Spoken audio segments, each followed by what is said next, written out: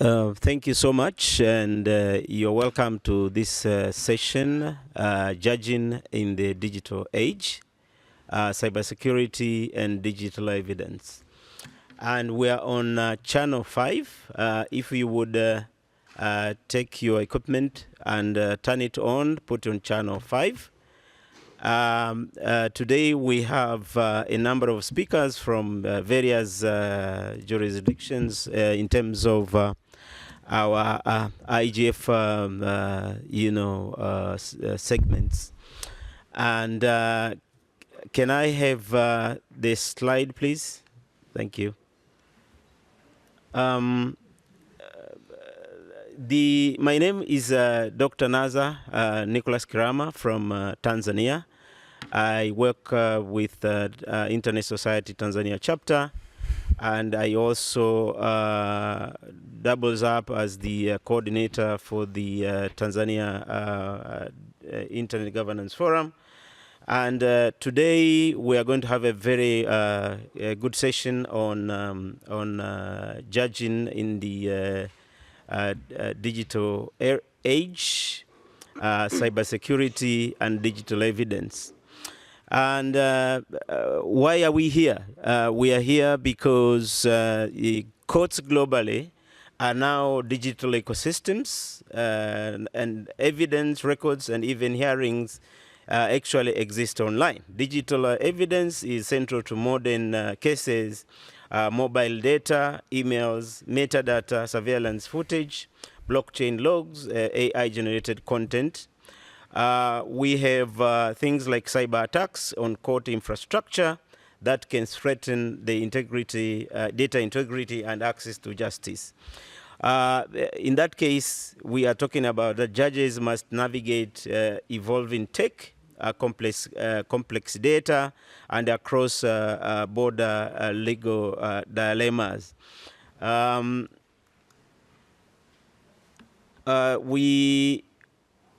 We are also working very tirelessly since 2023, 2022, to bring the judiciary, especially judges, to the internet governance space.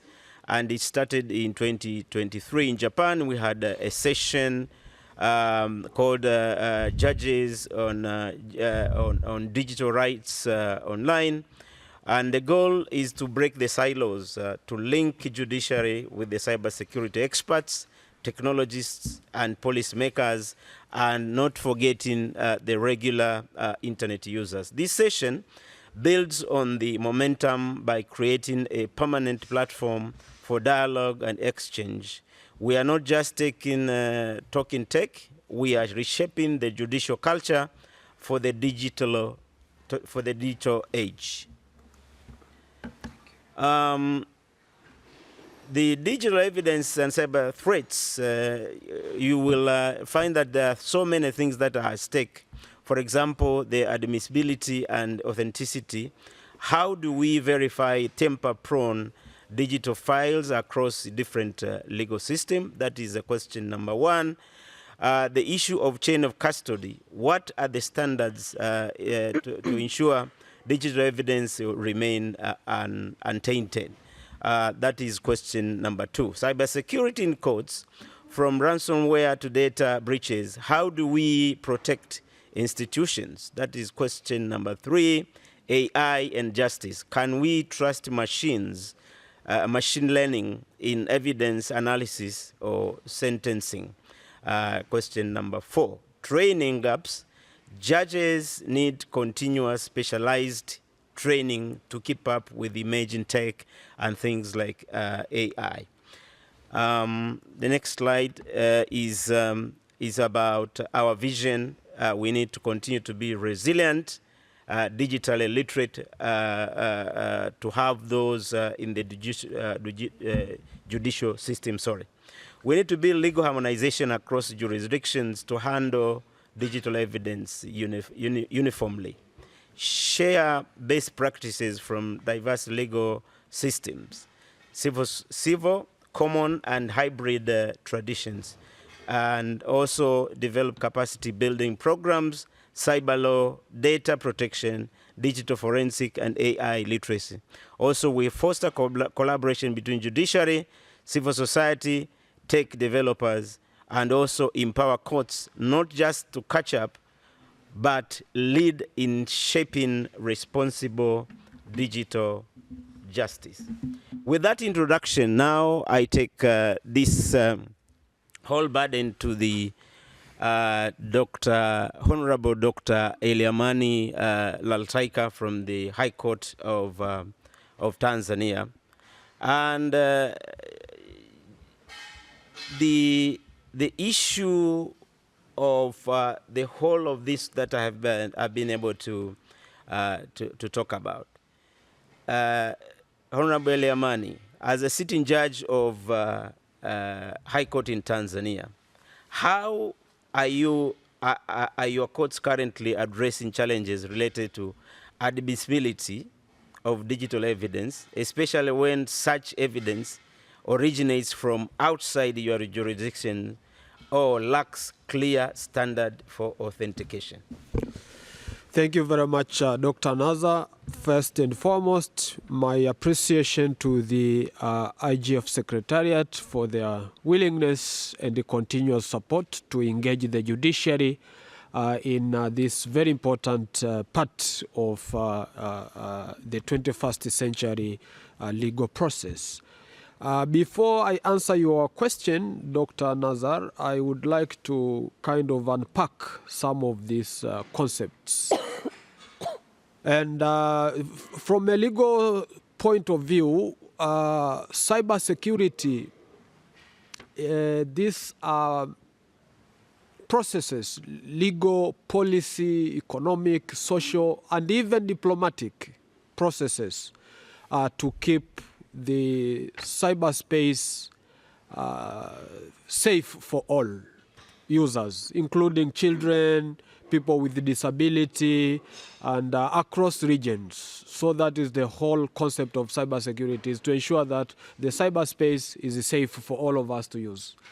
And digital evidence, also known as electronic evidence, this is now the information with probative value presented to a court for a judge to consider in making a decision whether something has happened or has not. And digital evidence or electronic evidence is a newcomer in the development of law and the judiciaries all over the world. It started in the late 70s in the US. Before that, only hard copies were used to prove something that has happened or not. When courts consider whether to admit evidence or not, there are usually 5 considerations. And this doesn't really distinguish whether that piece of evidence is from one's jurisdiction or it's from some other country. Number 1, relevance. I would ask counsel who is addressing me, or I will use my own conviction to judge whether a certain piece of evidence is relevant to the case I'm addressing. If it doesn't, it's not relevant, however impressive it is. Number 2, authenticity. The evidence must be shown to be what it purports to be. If you are telling me this is a video of someone stabbing a knife on some innocent passerby, I should be able to know that that is actually what is being done. It's not a cartoon that has been curated. Number 3, integrity of the system. I should be able to verify the system from which that video was extracted, or that piece of paper or that email was printed out. Number 4, chain of custody. I should know who took care of that piece of evidence. How many hands did it change through before it came to my court? And finally, and this is a little bit technical, I would check whether it complies with the statutory requirements of the Evidence Act of my own country. Every country has its own legal system, has its own precedent, has its own way of judging evidence. So if a piece of evidence passes that process, then there is no discrimination really whether it is from my jurisdiction or not. And I would only say that people thought these are only things from the movie, but I can say that these are actual things that are happening, and each one of you is currently creating digital evidence or electronic evidence from the pictures you are taking, from your geolocation, from the voices you are sending over WhatsApp. Everything, the meta tags can be used to authenticate that so-and-so was in Norway on this date, and this is what he did. Everything you are doing, from shopping online to walking into a casino, that is actually building some sort of a digital evidence ecosystem. What does this mean in practice? It means cybersecurity law is much, much, much beyond what many people consider criminal. Law, as I said last year, 2 years ago in Japan, is not only about punishing people. There are so many roles of the law, and I will conclude by this, that law can play a punitive role. So-and-so has done something wrong and must be punished. Law can play a facilitative role. Law can just facilitate you to acquire your digital assets. No one is punishing you. You just qualify to get some rights, and the law is there to say, yes, give this person a license, or clear this person from whatever defamation that does. And the third is the third role of the law is to kind of enable cooperation with other authorities. The law is there to ensure that there are bridges. When you want to consult a certain government entity, there are legal procedures that must be followed. And if they refuse to do something, you can still come to court and say, I want you to issue an order to command the police officers to give me a clearance for me to be able to travel. The judge will say, I want to command you to do your statutory function of enabling this person to do what they want. So we want people to have this broader look at law rather than just thinking a judge and a police officer is there to wait for you to be punished. Thank you very much. Thank you, Honorable Judge. And I have a request of you to make. If you could issue an order right now for every speaker to stay within 5 minutes of his submission, I think I will appreciate that. Now I move to Professor Peter Swear, who is online. And I wanted to make sure, are you available, Professor? Can you hear us? Can you hear me right now? Yes, we can hear you loud and clear. If you can spend 1 minute to introduce yourself and the background. Yes. Okay, and I don't know if the video is working. Maybe it doesn't work. Oh, there it goes. Okay, hello, I'm in Spain today. My name is Peter Swire. I'm a professor at Georgia Tech. My background is a law professor, but I teach in the College of Computing, so I work on these issues. I also work on these issues as the leader of the Cross-Border Data Forum, where we do a lot of research on issues of data going across borders, especially law enforcement access. So that's a little bit of my background. Is there a specific question you'd like me to address? Yes. The question I have for you, Professor, is what are the key principles or methodologies that judges and lawyers must understand to critically assess the reliability and chain of custody for digital evidence, especially when it is presented through automated or AI-generated tools. You have 5 minutes. Yes, and I'll try to stay within the time. So first of all, thank you for including me here today. I'm teaching in Spain this summer, and I feel honored to get to participate in this panel.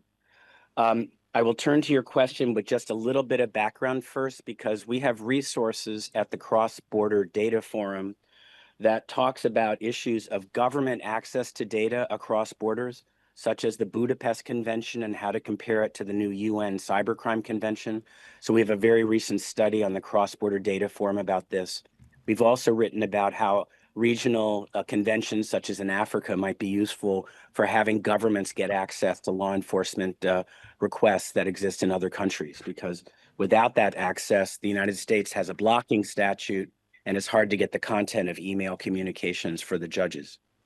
So with that as background, what I would like to emphasize 3 areas where the digital evidence issues are different. But first, I'll tell you how much the digital issues are the same. So listening to our distinguished judge just now, his principles for evidence, including relevance and dependability, are the principles of evidence that existed before the internet happened in a very large extent. And so each country has its own. You've always faced the problem that maybe this piece of paper has a fake signature on it. Now it might be a fake document electronically, but it's been the same problem for judges since forever about whether to believe the evidence that comes into court. So for the 3 things I'd emphasize, the first is authentication. Somebody might say that they are writing from a police agency or a prosecutor's office, but in fact, they're faking it. They might be from some other place. And so, and this was mentioned by the judge. And so the first thing to trust in evidence is that you're dealing with the right party, that is the right person sending you the data. And in a world now where passwords can be broken many times, the standard good technology is to have what's called 2-factor authentication. And many of you have used this where you log in with a password, then they send you a code and you send the code. And that's much harder to fake than simply a password-based system. So that's the first thing, some confidence you're dealing with the right people for authentication. The second question is chain of custody and whether you believe the document that came from Alice is the same document that's received by Bob. And we have well-established procedures, what are called digital signatures. And the basic idea is Alice sends a document and they do a mathematical operation on it called a hash. And it's a unique number that emerges on the far end. And if even one sentence or one word in the document is changed, the hash of the document changes. And so these digital signatures are a mechanism to prove what left from Alice is the same thing received by Bob, such as the court system. And so systems of digital signatures are very important. The third question that's come up more recently is what about AI? And we know that AI can have hallucinations. We've seen law cases in the United States where a lawyer just put in a question to the AI system and got back case citations that were not true. They made them up because AI and large language models use predictive technology, not definite technology, when they are trying to send evidence. And so when you receive a set of documents that have been generated by AI or might have been generated by AI, should you believe all the citations? And there's no perfect answer to this, but one answer to this is to double check the citations. Maybe if you have time, you double check all of the citations, you go to the link in the page and make sure it says what they say it says. And that's something when I worked with a judge as a clerk, we did already. We checked to make sure the lawyers were giving us a proper citation.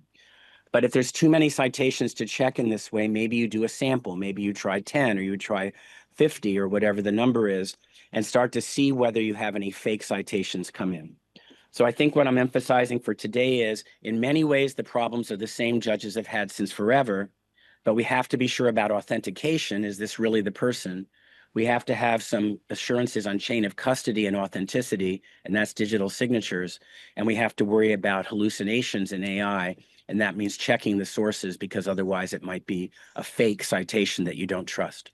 So I'll stop there. Thank you very much. Thank you, Professor. Now we have learned that there is a predictive and definitive citations and all that. And that is why we are bringing the whole court system into the IGF. I want to now go to Dr. Jacqueline, who is here with us. And Dr. Jacqueline, if you would spend the next 1 minute to introduce yourself, and then I will do a question for you. Of course. Thank you so much for having me. My name is Jacqueline Pigato. I'm with Data Privacy Brazil, a Brazilian NGO working with digital rights in Brazil and also in the Global South. It's a pleasure to be here. Although I'm not a lawyer, I'll try my best to address your question.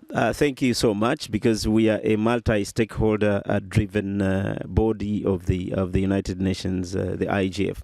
Now, I received the order from the judge for every speaker to stay within 5 minutes. Thank you, Professor Swear, for staying within 5 minutes. It was actually around 3.43 minutes. Now, Dr. Jacqueline, with the rise of things like spyware, the state surveillance tools being used in the name of national security, how should the judiciary respond when such technologies are used together with evidence? What role do courts play in safeguarding rights while navigating cases where surveillance methods themselves may be legally or ethically contested? Thank you. I think I'm going to first bring the concept of spyware for those who are not familiar with.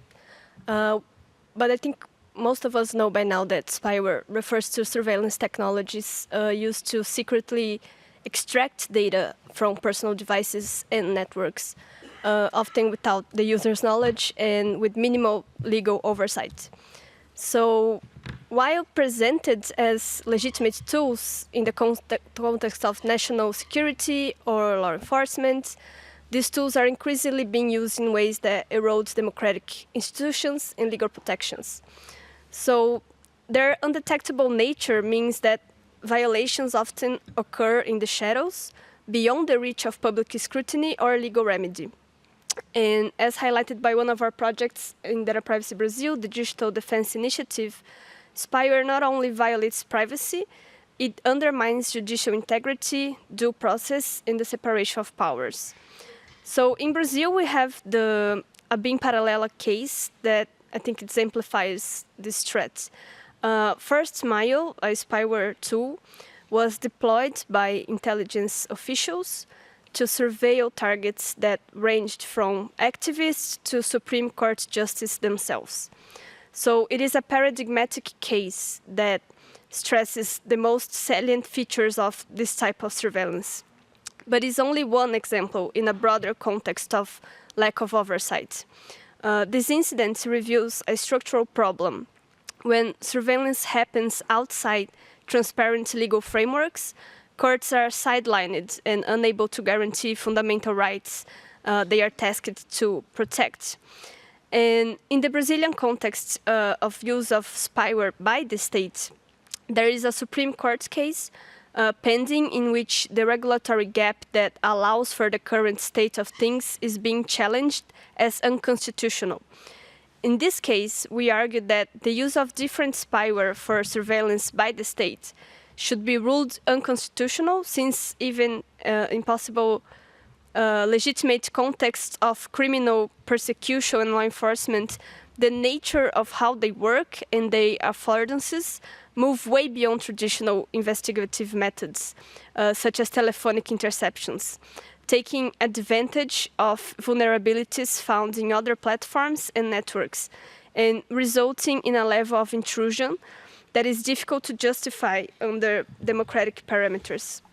However, even if the entire system is not ruled unconstitutional, we are requesting that strict criteria be established for the use of spyware, analogous to the existing regulations for other cases of breach of confidentiality, particularly the requirements of prior judicial authorization and adherence to similar strictness as in other situations of confidentiality breach, the constitutional interpretation of communication confidentiality updated to contemporary standards of intrusiveness, the inclusion of mechanisms to respect the chain of custody, the individualization of subjects subjected to intrusion procedures, and the development of other parameters compatible with the constitutional order.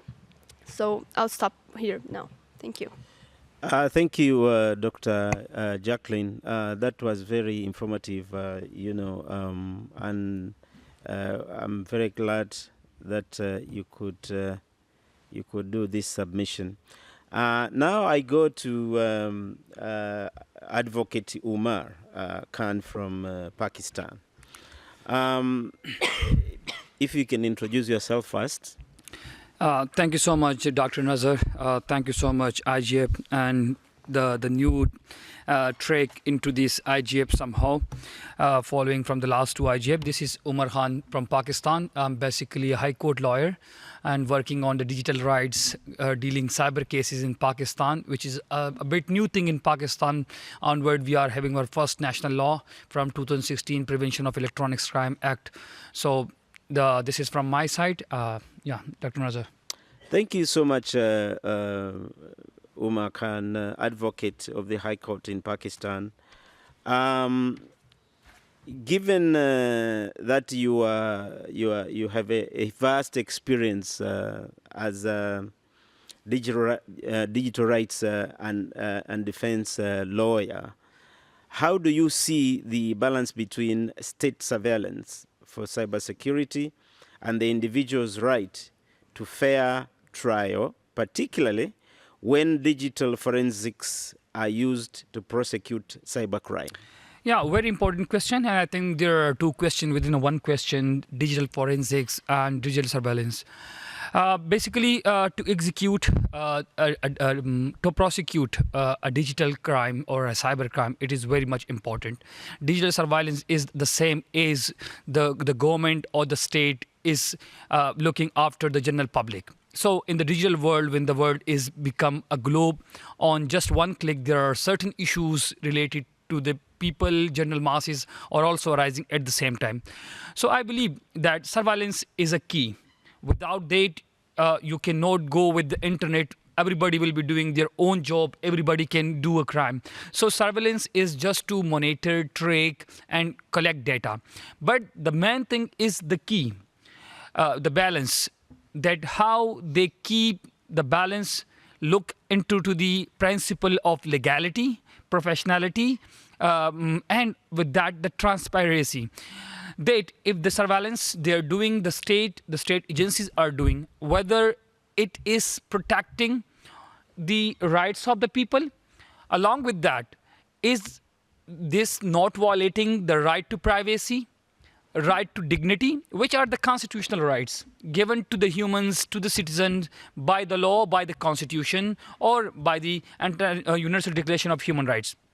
So I believe that surveillance, data collection, and all these things are important. But how the data collected from the end user are protected. Because we have seen in the world that on the state level, the data of the user have been shared. So I believe that this is very important. The second one, the important thing is the digital evidence forensic. So by the end of the day, if a crime has been committed, it is the evidence that has to prove whether the crime has committed or not. The way the professor and the honorable judge has mentioned that the chain of the custody, the evidence that reached the court, that is very much important. And without forensic, it is not possible to prove whether it is to be proved in the way that the evidence that has been collected is according to the law. Is it following the SOPs, whether the forensic, the legality of the evidence.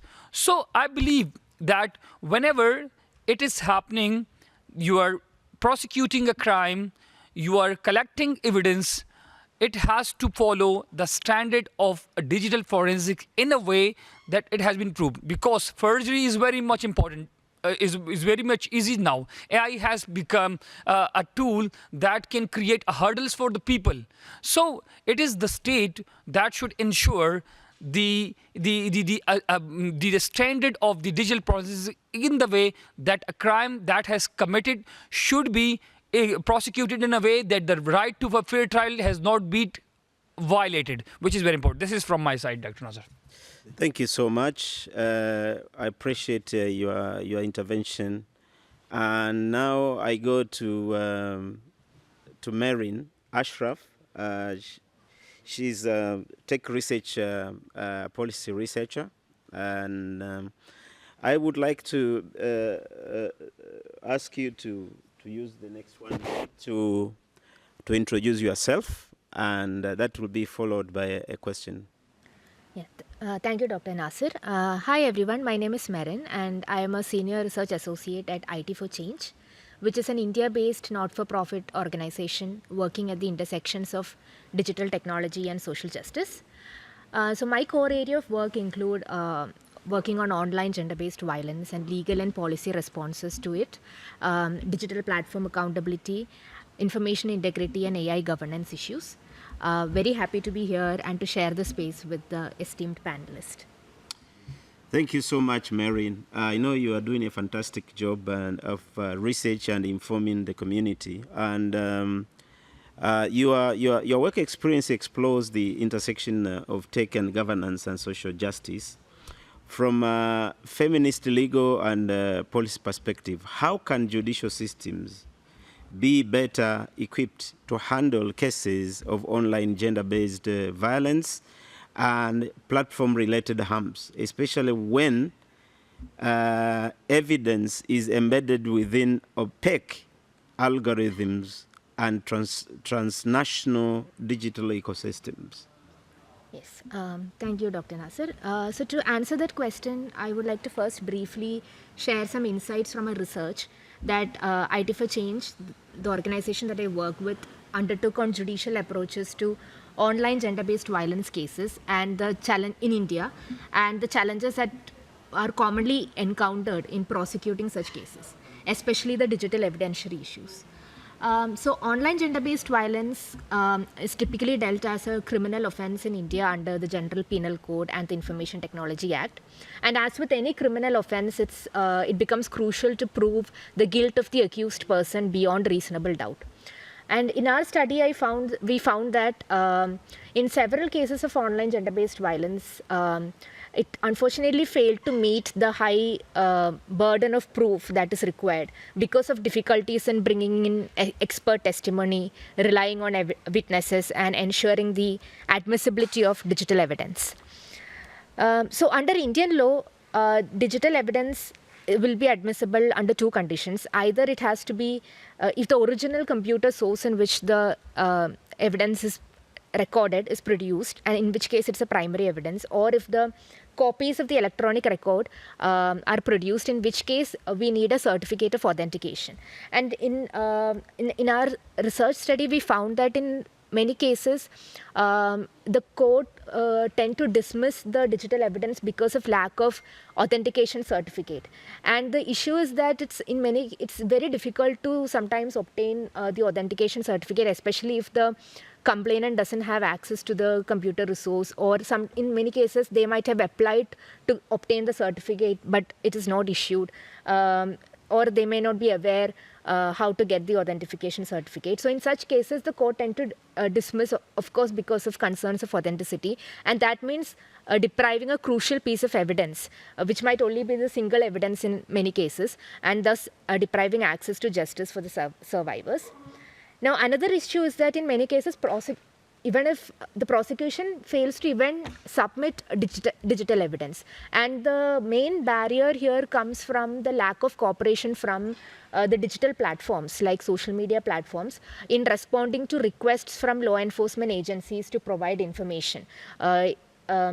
Despite the police asking for information from the social media platforms or from telecom service providers, sometimes there is a delay in responding to it. And another issue with respect to digital evidence is the threat to privacy. Because in many cases, the evidence and other materials and the devices has to be submitted to the state or the police. And there have been concerns of manipulation or leaking to the accused side. So there is significant threat to privacy in that regard, the chain of custody, in preserving the chain of custody.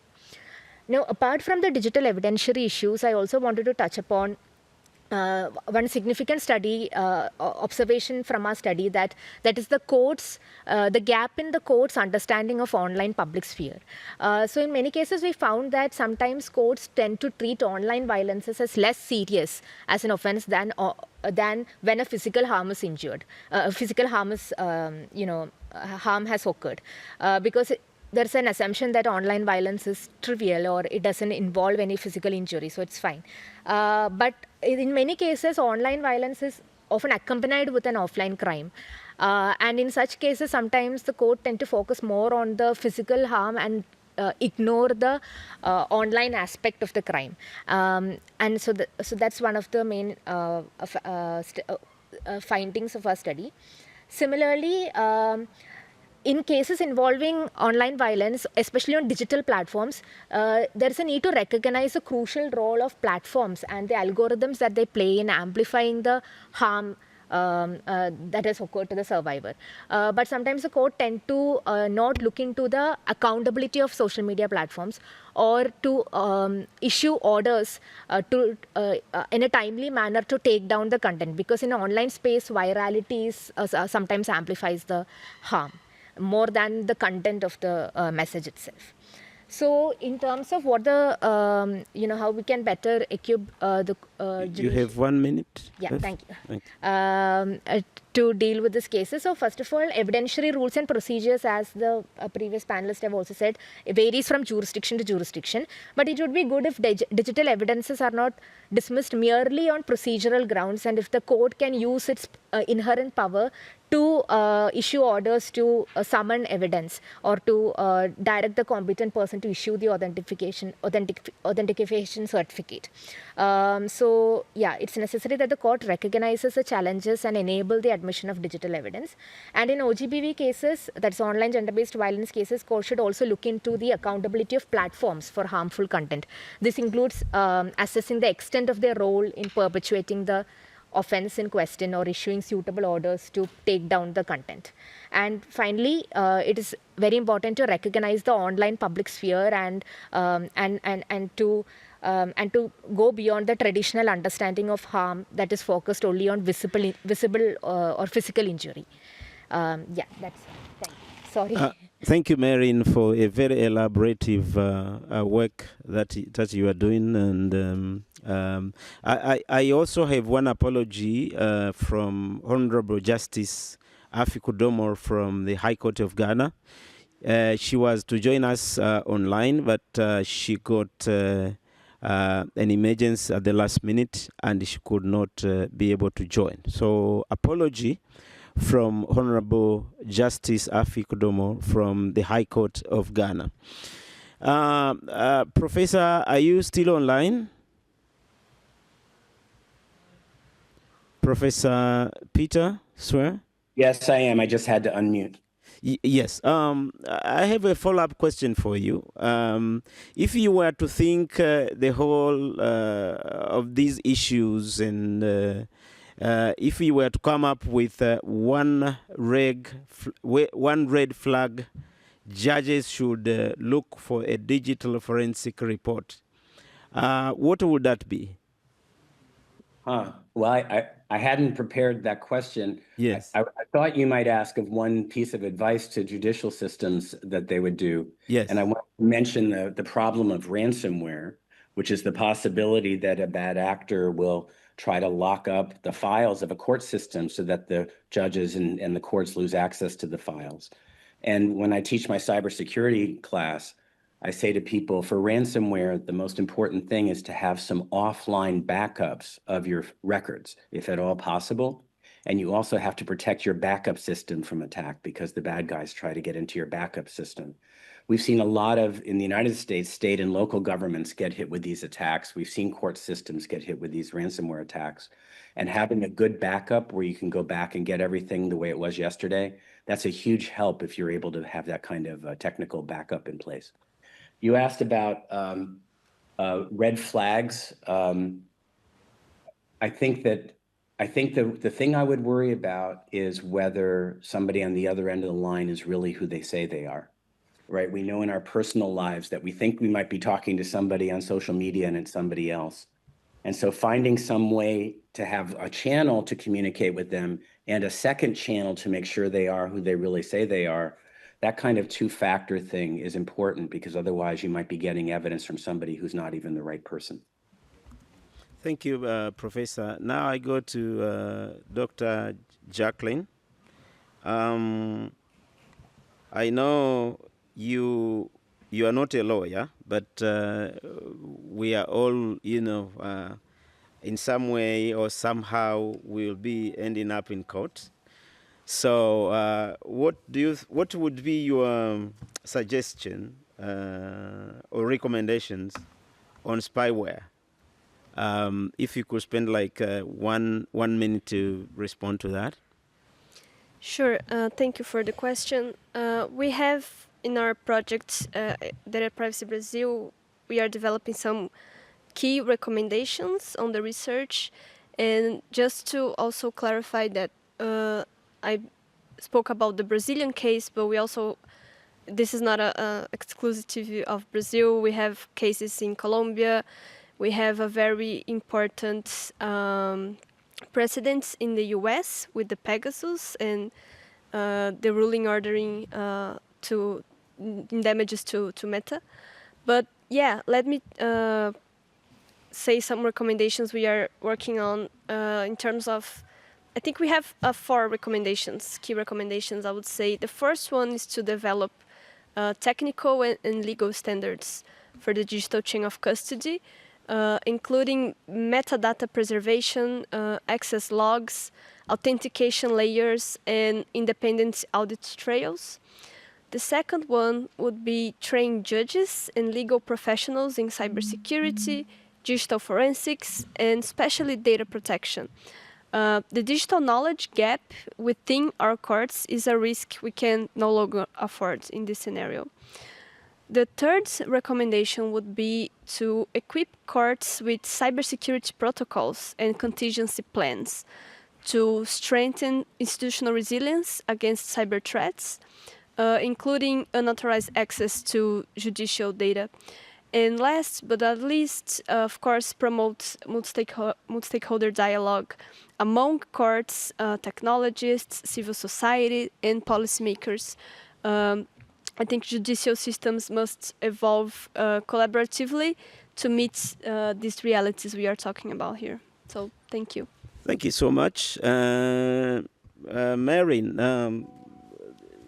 can you share one way courts could be more responsive to survivors of online violence? If you could put that in 1 minute, I think it would be very short and clear. Yeah, sure, I'll try.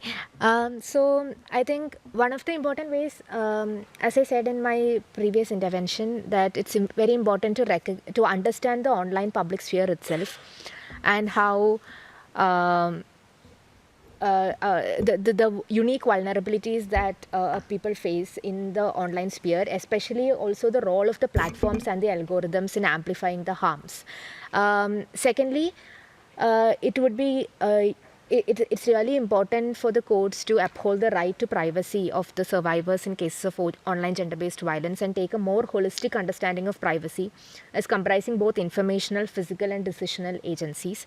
And I would also, as the panelists have also spoken, it's also very important to conduct periodic training for lawyers and judges, the legal fraternity, because as the technology changes, you also need to be updated about the kind of harms that it poses, especially to vulnerable communities like vulnerable groups.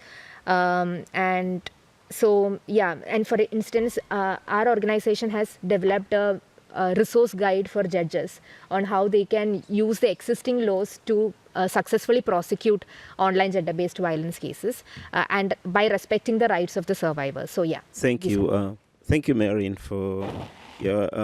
now I go to his Honorable Judge of the High Court. How do you see the regional collaboration helping address these cross-border evidence issues? Thank you very much, Dr. Naza. Regional collaboration is vital. First, because internet is borderless, the virtual space is basically doesn't respect the traditional boundaries we have known. And secondly, most of the progressive cybercrime and the cybersecurity laws have this extended jurisdiction. For example, in Tanzania, we do not have jurisdiction only against the people who commit these offenses while in Tanzania. The law, I think this is Section 4, subsection 2 of the Cybercrimes Act of 2015, empowers a Tanzanian court to deal with anyone, anywhere in the world who attacks a system in Tanzania, or anyone using a computer system while in a plane or a ship registered in Tanzania. The law will catch up with you. So to be able to exchange data and get extra territorial expertise, one must be able to collaborate. And I'm seeing a positive development within the East African community where there are initiatives to empower judges and the legal fraternity, to borrow a phrase from my panelists here, on how to really get into the 21st century well equipped with protecting citizenry. Thank you. Thank you, Dr. Judge. Uma, I know you from the legal perspective, serving the civil society. What do you think should be the legal safeguards that are most urgent to protect, defendants in digital crime cases? Very important question. There's a principle, the honorable judge will know that innocent until proven guilty. So a person is innocent until unless he is proven guilty. So there are certain challenges which are often faced by the defendants in the digital crimes. And I will just mention a few of them. One of them is like updating outdated legislations, because every day new thing is happening in the digital world. So with this, a law passed in 2015 cannot be brought in 2025 because digital crimes are creating or rising every second day. So I believe that the legislation need to be properly updated according to the needs of the digital world. Along with that, proper legal procedure. There should be a procedure to follow up the accused, who is the defendant itself. His right should be ensured. He should be given a chance of free trial. There should be a proper way of warrant seizing his property if it is involved in the digital crime.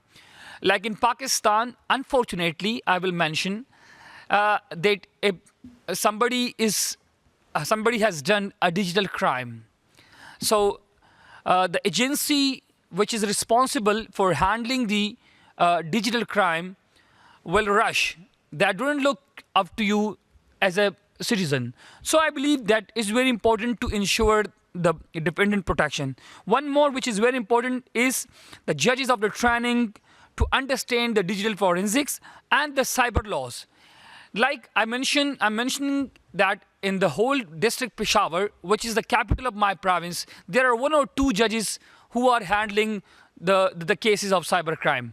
So I believe that there should be enough courts to provide speedy justice, speedy system to the cyber cases, and that the judges should know really about the forensic, the cyber laws, and this should be included in the judges' training when they are recruiting. So this is what I believe. Yeah, thank you. Thank you so much. As the speaker, prepare for the parting shots, I have received an order from the High Court of Tanzania to open the Q&A for the audience. And before we continue, if you have any question, you can raise your hand. And before that, we have a question from online. If you can read that, and then we have a gentleman from, I believe, from Congo, DRC. After the online person, then you will come in for your question. And there is a lady over there. You'll be second. And I also saw a hand somewhere in the back. Okay, all right. Let's go. Thank you very much. So for the record, I'm Oseke and I'm the online moderator. This question is from Marta Alicia, and Marta cites a case in Ecuador and would like to know your perspective. I don't know if it will be contempt of court, but Ola Bini is a digital rights defender, has been facing a political judicial case in Ecuador since 2019. His case illustrates the risks of misusing digital evidence in judicial proceedings. In his trial, the prosecutor office used a simple photograph which showed a connection from an unverified user to an IP to support an alleged attempt to gain unauthorized access to a state telecommunication system. Marta says commonsensically that a single photograph is not in itself evidence of a digital crime. So Marta wants to know, in addition to the need for digital forensics, what other protocols must be in place to ensure that alleged digital evidence is not used to maliciously prosecute individuals? So that's the question. If you have any question, please do log online if you are joining us online and have your question in the chat box. So, from whom is the question? Yes, anyone can, any one of the panelists can respond to that question, and then we take the second question. May I respond?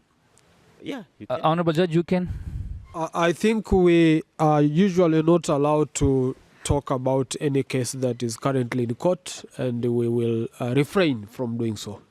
I will respond to on a general perspective that But there is an order from. Okay. From the. Thank you, my lord. Thank you, my lord. I'm just boiling. Yeah, I think if the court the case is still active, it is still active, right? Yeah, I think that we will refrain from answering unless you just prepare your parting shot, okay? Okay. We have a gentleman from DRC Congo. Thank you for the insightful presentation. My name is Christian Fazili Miigo, and I'm a Congolese magistrate from DRC. So I would like to know, with what specific actionable recommendations does the panel have for Congolese magistrates and court administrators in the resource-constrained environment to critically assess digital evidence present to them, and how to mitigate the most pressing cybersecurity vulnerability within the court in the operation. Thank you. Any of the panelists, anyone? Maybe I can. Yeah, welcome, Professor. Okay, there's many good possible first steps, but one thing is to have backup so that you don't lose the court records. And that's what I said about ransomware. So now, even in a resource-constrained place, digital storage is relatively inexpensive. And if you lose all the records because of a cyber attack, now you have a very hard time doing your judging. But if at least you have the records saved, then you can start again tomorrow and have a good chance to have a fair trial. Thank you very much. To share a practical experience from my country, we have our slot in the data center. So the judiciary does not operate in silo, like it has its own way of preserving. No, we are part of the government. So the standard of security that applies to records of parliament or state house applies to the court as well. So we do not foresee anyone easily targeting the judiciary and succeeding, because you are targeting the heart of the government. Thank you, Judge. I saw a hand, and then there's another hand over here. If you can be on the mic. So do we have to take all the questions and then we respond at once? Or we... I think that... They come? As they come. As they come, okay. Yes. Hi, my name is Adriana Castro. I'm a professor at Externado University in Colombia. And I would like to raise an additional issue. A moment before the digital evidence, the contact information and notification. The Ibero-American Data Protection Network, composed of data protection authorities, recently published an open letter to the companies accountable on data processing. It's an open invitation directed to the companies which massively process personal data and are not established in the states of the authorities of the Ibero-American network. The invitation is to, first, design a representative or a vocal for data protection before the national authority, and to provide contact details and empower them with judicial and administrative representation. Second, to provide an agile and effective communication channel regarding personal data processing in order to respond data owners and to receive a notification of a judicial process or administrative investigations. So and can third, you ask your question, because we don't have time? This is evidence of some approach from data protection agencies that have to reinforce the calling of to multinational companies, but the real effect of this call will remain to be seen. I can imagine some challenges you have addressed doing these investigations, not necessarily regarding data protection, but you may have some insights on how to deal with it. Oh, okay. You can also share with that through email, so we can also, put that through our channels of communication. Yeah, my question is from Umar Khan about the recent amendments in PICA Act in Pakistan, that it is all about to combat the harassment laws and cyber harassment at all. But do you really think that it really serves its purpose? Because it sparked to affect the basic fundamental rights of freedom of expression in Pakistan. Thank you. Well, a very important question, and very much concerns has been raised in Pakistan regarding this recent amendment into the Prevention of Electronic Crime Act, where one of the amendment was if the government think that a false or a fake news has been shared, a person can be jailed for 5 years and can be fined for 3 million Pakistani rupees. Yes, law itself is not a bad thing, whether how the state is implementing it or the state agency implementing it. So I believe, yes, somehow I being from the digital background, from the legal background, I have concern over that. And I believe that what will be the standard for the government agencies to measure a news to be fake or false? Whether if somebody who is criticizing the government, is that a false or a fake news for the government? Whether he will be tried or prosecuted. So this is a question. I believe that the opposition parties in Pakistan also have concern with that, the human rights defender, the digital rights defender, and I believe that the court should look into that matter. So yeah, this is somehow a violation of the fundamental right. Thank you so much. Next, please. So, good morning, all. My question is, how do we safeguard the dignity and privacy of people with disabilities? So this is a question. People with mental disabilities often fear judgment or exposure. How can courts protect medical information shared during hearings or ensure private virtual rooms for sensitive testimony? Thank you very much for that brilliant question. Like I said earlier, the goal of cybersecurity is to ensure that the cyberspace is safe for all users, including people with disabilities and even children.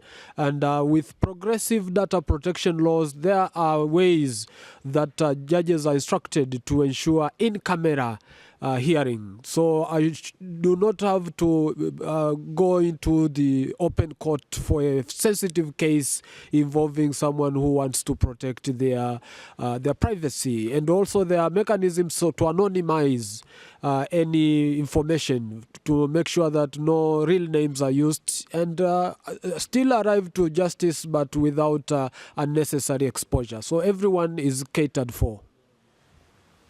May I add just briefly on that?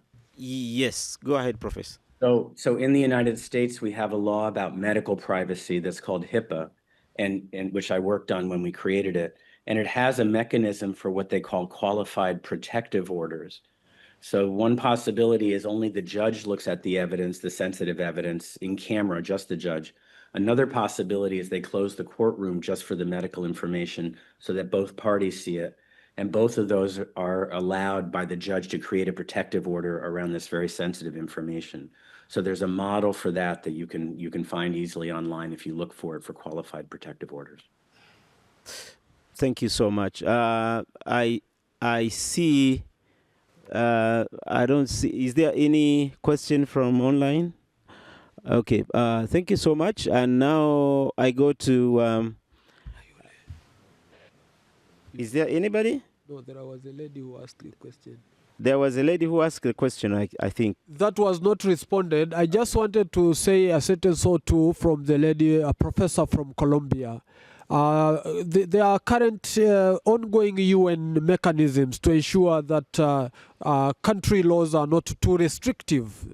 So there are diplomatic processes to collaborate and ensure that data flows easily for purposes of conviction and evidence, adducing evidence. At the moment, we are yet to verify all these protocols, but as soon as they are they are ratified, it will be easy to prosecute someone who does something wrong in Colombia while targeting a person in Tanzania, for example.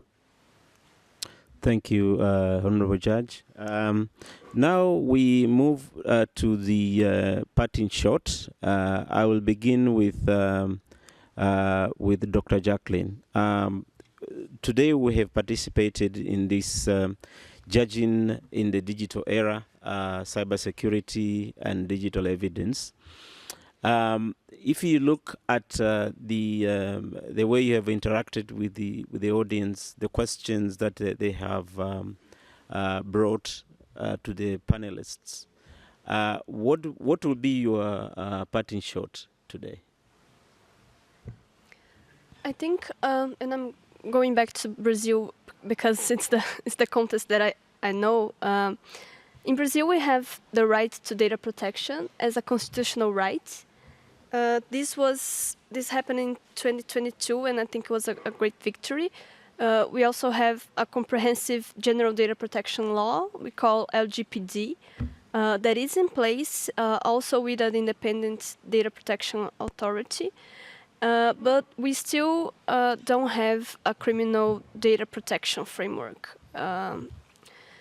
So I think that's an important gap to address. And I think all of the questions and discussions that we raised here today could share this concern of having this framework to fight against privacy-related crimes and also these weaknesses of the judicial system, their ability to handle cybercrime effectively. So this gap in Brazil has been identified and debated in some legislative reform efforts, including the reform of the Brazilian Code of Criminal Procedure and some specific advocacy efforts, but no law has been approved so far. So I think that's one development that we still have to fight for. Thank you, Dr. Jacqueline. Marin, the same question goes to you also. Just in 1 minute, if you can give your parting shot, what Sure. you Yeah. would like to be seen, for example, in the future? Yeah, so speaking from the perspective of the area of work that I work in, that is online gender-based violence, I think courts should be safe spaces for women and other survivors of online violence that are seeking justice. It's very important that criminal justice system undertake ecosystem level changes in sensitization and inclusive policies and equip judges and law enforcement to deal with online violence cases in a sensitive and rights respecting manner. At the same time, it's also important to update our laws to reflect the current realities and to recognize newer forms of violence like gender trolling or gender-based hate speech, doxing. So not all jurisdictions have yet recognized. So changes at the legislative levels are also crucial for the judiciary to work effectively in these cases. Thank you. Thank you. Professor Peter? Yes, thank you very much. And thank you for being able to participate remotely in this very well-organized session today. What I want to come back to the data protection point that's come up a couple of times. So the Cross-Border Data Forum we created 7 years ago, and it has stated goals in the website. One of them is that government should get access to data when there's a legitimate government need. You know, there's an actual crime, maybe there's a warrant with a judicial court order. On the other hand, we also have to have privacy and data protection happen when these requests come in. So imagine if you're a company, or imagine if you're a court and there's a request from some other country and you don't know the practices there. Maybe it's a request for data that's really to stop political dissent. Maybe it's illegitimate and not protecting data protection rules. And so our work has been for 7 years to try to figure out how do we have correct access when it's criminal and there's the right showing, how to have privacy and data protection when those rights need to be upheld as part of the system, and how can we make it workable so that the people who hold the data know what their responsibilities are and don't face laws that conflict against each other. So we've tried to write a lot of things. I put several links into the chat that could be made available to the in-person people afterwards, perhaps. But you have to both allow access across borders and protect people's rights when that's happening. And that's the challenge that I think we face very much. Thank you. Thank you, Peter. Dr. Honorable, if you were to give us advice as a judge, what will be your parting shot today? My parting shot actually is just to say thank you to the many people, especially the civil society fraternity, who are doing a fantastic job to ensure that there is capacity building for judges. My colleagues here from India and from Brazil, even from Pakistan, have highlighted that there is this knowledge gap. It's true that some of us are not aware of some of these developments in the cyberspace. You can find a court that is still in its, physical form, and if you ask someone about digital evidence, that is the hardest question you can ask. But we can generally narrow the gap by ensuring that we invite judges to some of these fora, we designate programs for capacity building, and many of us will attend. We will not stay in courts only to wait to convict someone wrongfully because we don't know the law or we don't know just a bit of science. So thank you very much, Dr. Naza. You have been a trailblazer in Tanzania. That's how you got me out of my chamber to travel with you many places to try and learn. And I can assure you that what you are doing is making a difference, not only in Tanzania, but across the continent and some other parts of the world. Asante. Thank you. Dr. Umar, 2 minutes. Thank you so much, Dr. Nazar. And I believe this is for the second time I'm sitting with the people from the same background or the relevant background towards the legal or judiciary track. So I believe it should be continued by the end of the day. Crimes are happening, and it is the courts, the prosecutors, the lawyers, and the agencies who are going to handle these cases, and as mentioned by the Honorable Judge, High Court Tanzania, that the capacity building of the judges are very important. They should not just sit in the courts. It is very important, and I'm happy that from the last time, so when we sit in the Saudi, when we go back home, we just tried to have a training for the judicial academy of my province. Unfortunately, that didn't happen because of the timing in the Ramadan. But I'm hopeful that this time, when I go back home, we are having some judges to be trained, inshallah, Aziz, and we will be looking into your support. Thank you once again. Thanks. Thank you so much. Is the professor from Colombia still around? If you have 1 minute for your parting shot.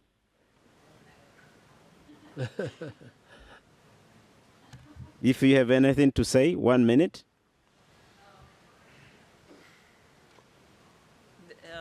I would say just that there are still a lot of challenges. In Colombia, we have the main challenge of notification. I mentioned something about data protection investigations, but also in human rights procedures, we have a specific issue on notification. So that's one of the main capacity buildings areas that we will look forward. Thank you very much for the time. Thank you, Professor. I think I'll keep in touch. Thank you, ladies and gentlemen, for attending our session. We have come to the end of our session. Thank you so much for your contribution, and thank you so much for listening. And one of our goals of our session is to bridge the divide between the multi-stakeholder, and the judiciary, to make sure that we inform and transform the judiciary to become the better institution and get the judiciary out of their silos, so we can make justice better for every single one of us. Thank you so much.